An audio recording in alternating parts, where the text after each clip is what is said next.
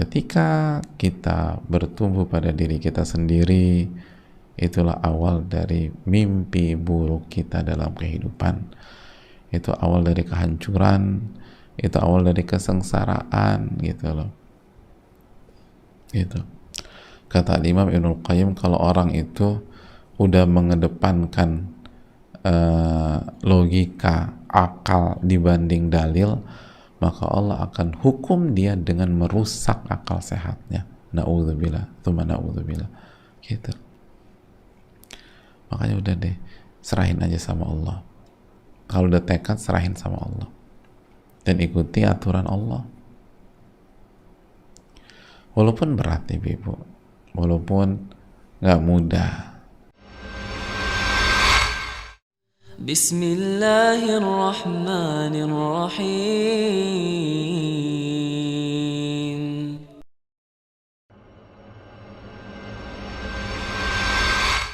Bagaimana orang-orang sombong itu, orang-orang yang angkuh itu kembali kepada Allah? Caranya apa? Allah kasih musibah, Allah kasih bencana yang menyebabkan kesombongannya itu hancur dan patah berkeping-keping, gitu loh. Dan kita sudah kasih contoh ya pada pertemuan yang lalu, bagaimana ada seseorang yang sangat angkuh, sangat sombong, lalu Allah kasih stroke buat beliau, dan disitulah beliau merasakan hakikat sebagai seorang hamba. Kata beliau, Pak Ustadz, saya tuh nggak pernah merasakan dan nggak pernah meresapi la haula wa la quwata illa billah lebih dalam dan lebih ngeresep dibanding pada saat saya ngalamin itu. Pada saat saya nggak bisa gerakan tangan saya, pada saat saya nggak bisa berbicara, jangankan bicara, mengucapkan satu kata itu susahnya minta ampun. Merangkai 3 kata atau 4 kata menjadi sebuah kalimat aja, ya Allah, saya berpacu dengan cucu saya, Pak Ustadz. Cucu belajar bicara, saya belajar bicara. Cucu belajar jalan, saya belajar jalan. Itu benar-benar memukul saya dan mematahkan saya. Mematahkan apa? Spiritnya? Bukan. Buktinya Allah kasih taufik, beliau bisa normal lagi. Beliau secara kasat mata, saya nggak tahu apakah ada dampaknya, tapi beliau bisa bicara segala macam. Tapi mematahkan kesombongan dan keangkuhan. Benar-benar patah sepatah-patahnya.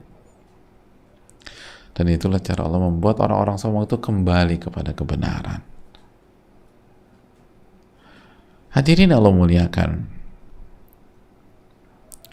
Dan sebaliknya, jika Allah menginginkan keburukan kepada seseorang, khallahu wa ujubahu wa kibrah, maka Allah akan biarkan dia dengan segala keujubannya dan segala kesombongannya. Dibiarin sama Allah, biar semakin ujub, semakin sombong, dan dia akan hancur dengan kesombongan dan keujubannya itu.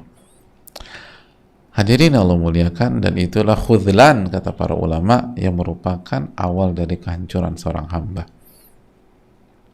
Awal dari kehancuran seorang hamba adalah pada saat Allah biarkan dia hidup dengan keangkuhan dan kesombongannya.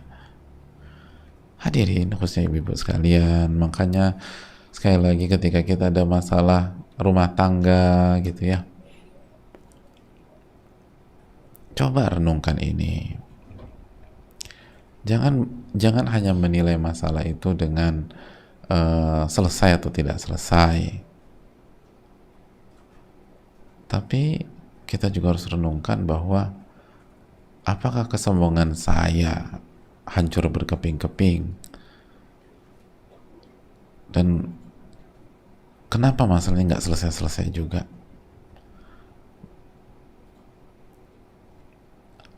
Jangan-jangan Karena selama ini kita mengandalkan kecerdasan, ego, dan keangkuhan dan kesombongan kita. Ego kita belum hancur berkeping-keping, keangkuhan kita belum hancur berkeping-keping, sehingga kita benar-benar merasa lemah di hadapan Allah, merasa kerdil di hadapan Allah. Ya Allah, masalah gini aja saya nggak bisa nyelesain, kok saya bodohnya minta ampun.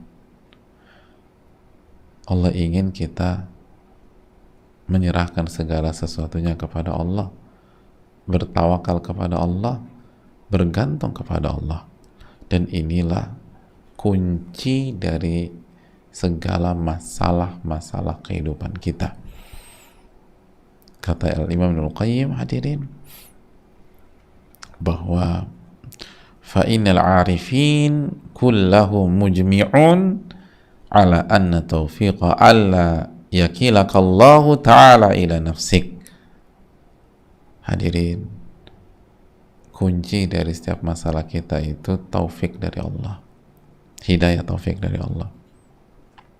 Karena kalau Allah kasih kita taufik, udah selesai itu masalah. Kita dapat jalan, kita dapat solusi, kita jadi orang soleh, ibu-ibu jadi wanita yang soleha, ibu-ibu jadi wanita yang bertakwa.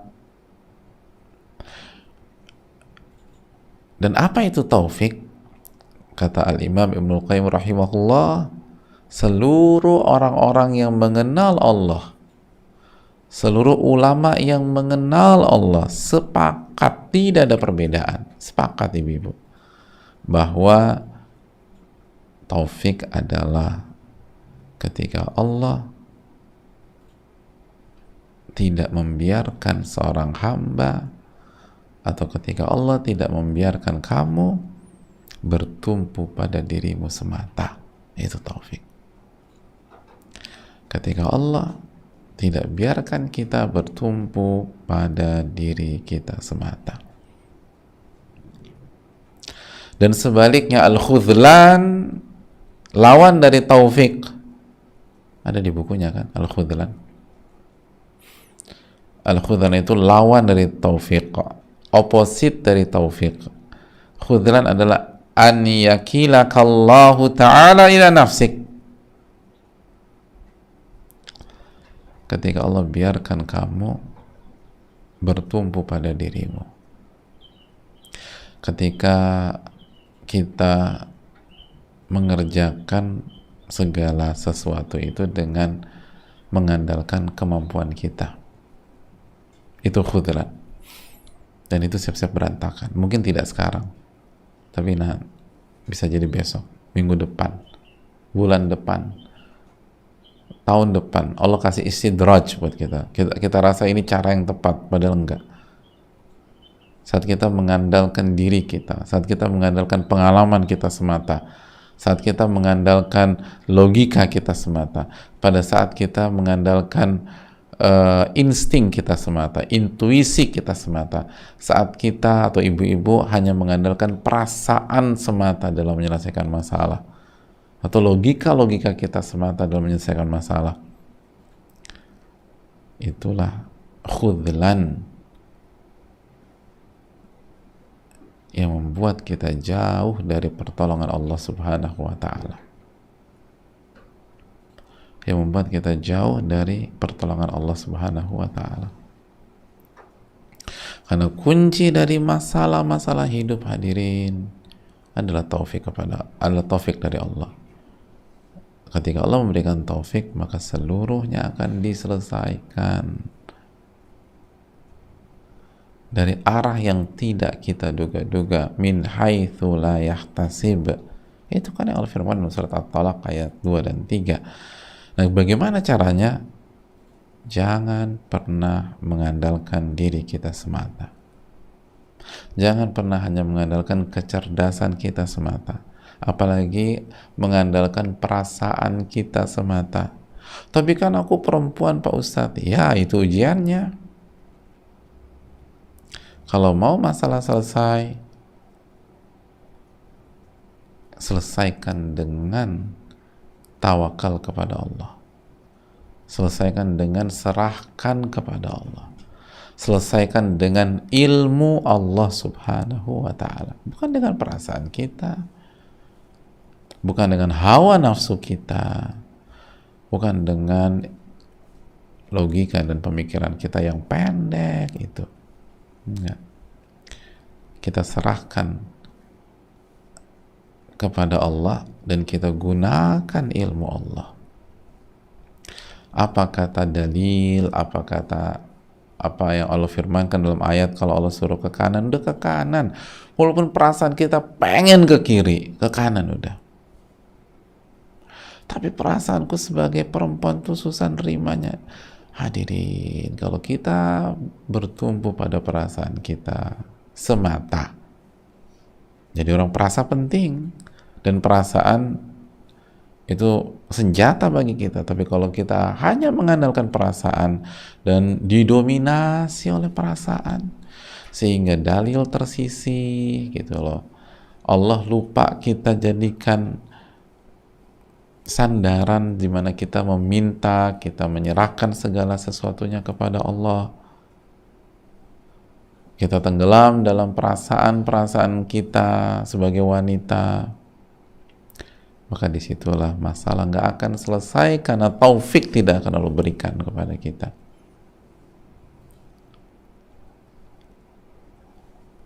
Makanya hadirin Allah muliakan, apa yang Allah firmankan dalam surat Ali Imran ayat 159, Allah berfirman,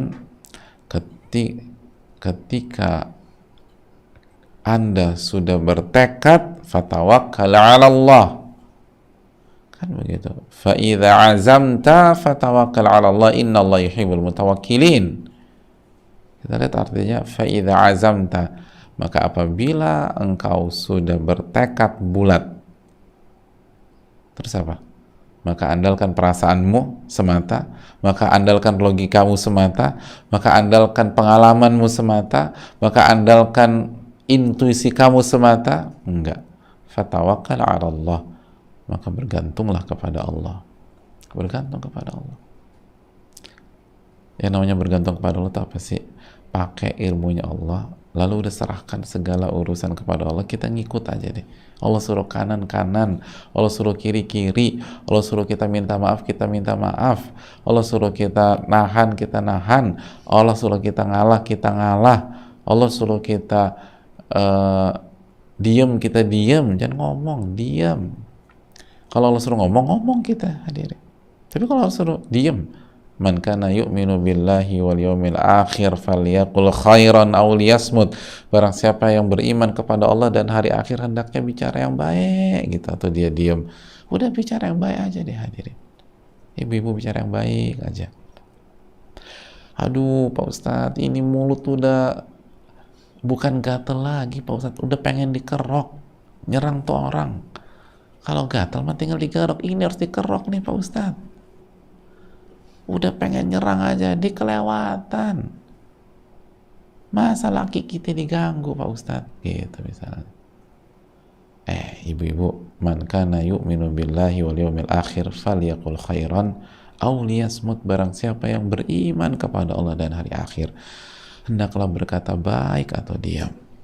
Nabi juga SAW bersabda, man somata najah. Barang siapa yang diam, maka dia akan selamat.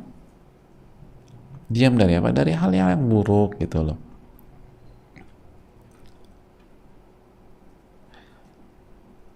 Udah deh hadirin. Ustadz, kemarin tuh aku kecewa banget sama suamiku. Udah, jangan pakai perasaan perempuan ibu-ibu. Perasaan tuh ujian.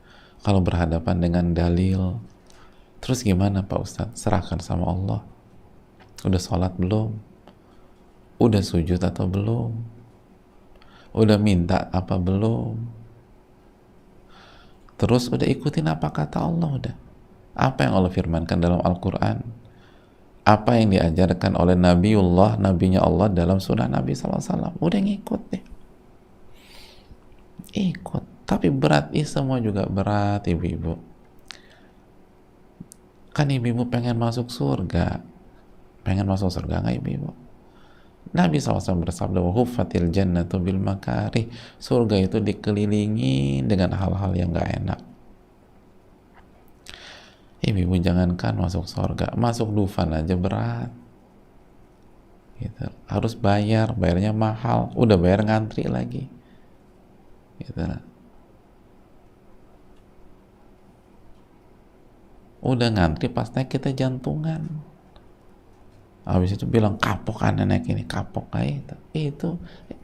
Hadirin Allah muliakan, surga itu berat, makanya jangan dipikul sendiri.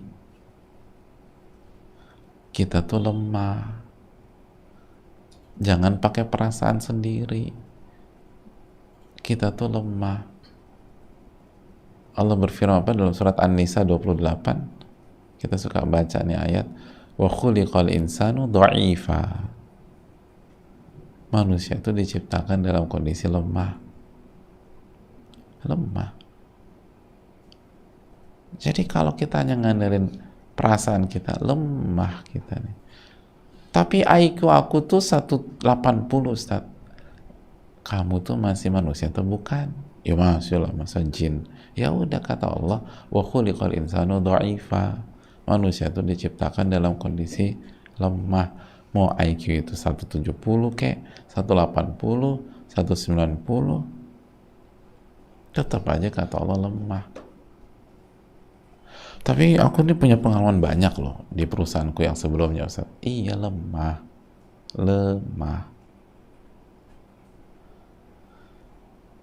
Itu Fir'aun pengalamannya kurang apa, hadirin? Tapi ketika ngadepin masalah pakai ego, pakai kecerdasannya, itu buat hal yang konyol.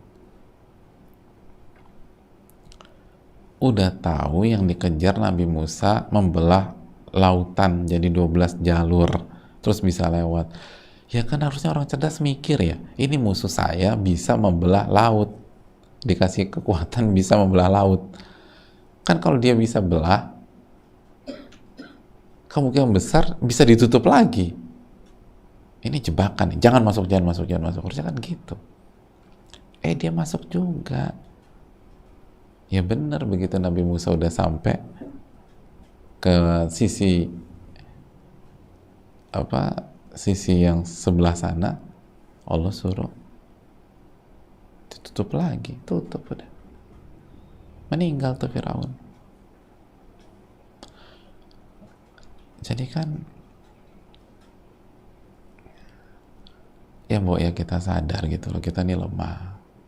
Makanya kan masih ingat nggak hadirin sekalian, ibu-ibu khususnya, setiap pagi itu ibu-ibu disuruh baca doa apa sama Rasulullah SAW. Lalu setiap sore ibu-ibu disuruh baca doa apa oleh Rasulullah SAW. Ibu-ibu dan jamaah itu disuruh baca Ya Hayyu Ya Qayyum birahmatika astaghith aslih li sya'ni kullah. Ya Hayyu Ya Qayyum, wahai Allah yang maha hidup dan mengatur segala sesuatu, birahmatika astaghith, hanya dengan rahmatmu itu aku meminta pertolongan, aslih li sya'ni kullah, tolong perbaiki ya Allah urusan-urusanku. Kita minta sama Allah, perbaiki urusan saya dengan suami, urusan saya sama anak-anak, urusan saya dengan orang tua, urusan saya dengan mertua gitu, urusan saya dengan keponakan, urusan saya dengan keluarga besar, urusan saya dengan teman-teman, aslih li sya'ni kullah, dan yang terpenting urusan saya dengan Allah Subhanahu wa ta'ala, urusan saya sebagai umat dengan Rasulullah Sallallahu Alaihi Wasallam, tolong perbaiki ya Allah. Wala takilni ila nafsi tarfata ain. Dan kita tutup dengan membaca, dan janganlah engkau biarkan aku bertumpu pada diriku semata walaupun sekejap mata. Jadi jangan engkau biarkan aku bertumpu pada diriku walaupun sekejap mata. Nggak mau kita tuh bertumpu pada diri kita walaupun sekejap mata. Tapi lucunya jamaah, ibu-ibu sekalian, abis baca doa ini, ketemu suami, pakai perasaan lagi. Harusnya kan dijalanin lah itu doa. Jangan pakai perasaan. Allah Rasulnya bilang apa tuh? Oh, harus sabar. Sabar. Ini udah baca wala takilni ila nafsi tarfata ain, tetap ego yang dikedepankan, perasaan yang dikedepankan, kecemburuan yang dikedepankan, emosi yang dikedepankan, ya berantakan semua. Terus kan pertanyaannya, tadi baca doa itu jujur apa enggak? Kalau jujur, kenapa sekarang pakai perasaan, pakai ego, pakai kecemburuan, pakai logika-logikaan semata? Tapi kan perlu cemburu. Ya cemburu oke. Aisyah juga cemburu. Tapi apakah hal-hal itu mendominasi kita? Enggak. Yang mendominasi adalah tawakal kita kepada Allah. Nah ini hadirin Allah muliakan. Ini itu kunci dari segala masalah kita. Dan ketika kita bertumbuh pada diri kita sendiri, itulah awal dari mimpi buruk kita dalam kehidupan. Itu awal dari kehancuran, itu awal dari kesengsaraan, gitu loh. Gitu. Kata Imam Ibnul Qayyim, kalau orang itu udah mengedepankan logika, akal dibanding dalil, maka Allah akan hukum dia dengan merusak akal sehatnya. Na'udzubillah, tsumma na'udzubillah. Gitu. Makanya udah deh, serahin aja sama Allah. Kalau udah tekad, serahin sama Allah dan ikuti aturan Allah. Walaupun berat ibu-ibu, walaupun nggak mudah, gitu ya ibu-ibu sekalian.